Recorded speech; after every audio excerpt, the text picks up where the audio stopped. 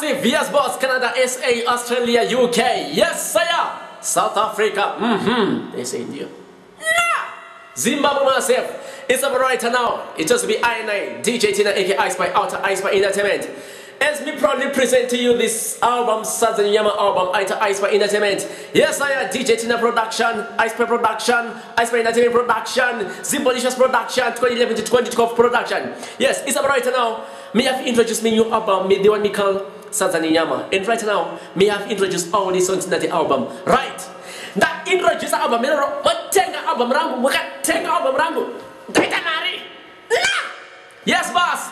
Big respect to infamous G Outer Menace to Society, Fidi Rhythm, Gallus Cat Rhythm. Yes, I am. This track is the one we call Doda Grocery. Right?